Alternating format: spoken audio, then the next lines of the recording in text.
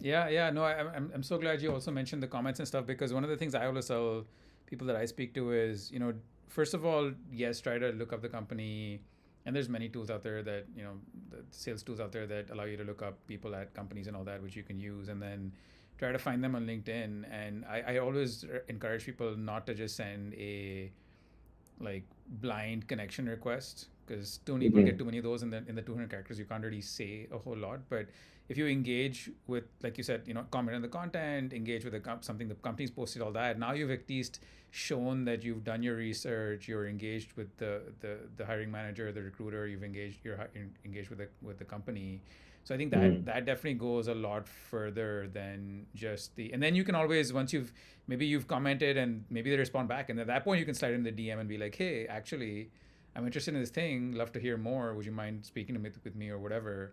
So I think that's kind of the guidance I give, is avoid the immediate connection request, which is, I think, a lot of the tendency people have, is just quickly hit connect. And sometimes they so do it even without a note, and I'm like, I received tons of those, why would I accept all that? Mhm. Like, it makes no sense. Yeah, I want to upvote that and add a little bit more to that because this could be a long play too.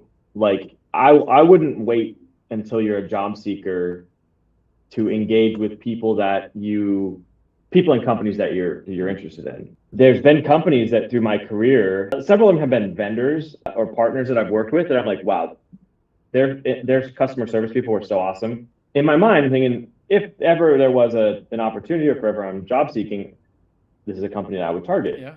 They're so, but like I want to engage with those types of companies when I'm even passively seeking. Mm-hmm. Now, if I'm passively seeking, I don't want my current company to know. I'm Mm-hmm. not going to comment on a post that says, "I would love to work there. Hire me. I got to get out of here." Like there's nuance to that, Yeah, but yeah, yeah. you can also you can also DM those people and just say, "Hey, I really appreciate what you guys are doing over there. I've always held X company in high regard. Just connect. Yeah. Just connect. That's all you have to do. Just connect. And when the time is right, maybe you can send that more personalized Mm-hmm. note. Yeah. Yeah, and I think there's a lot of interest groups, LinkedIn groups, all those, where there's also good opportunities to just, keep yourself like in people's purview. And I think the thing that a lot of people don't realize is, and I'm sure you still do this, is you're still sourcing candidates too. So you're looking on LinkedIn, you're searching all that, and LinkedIn really does prioritize the people that it perceives are active LinkedIn users, because it wants to Mm-hmm.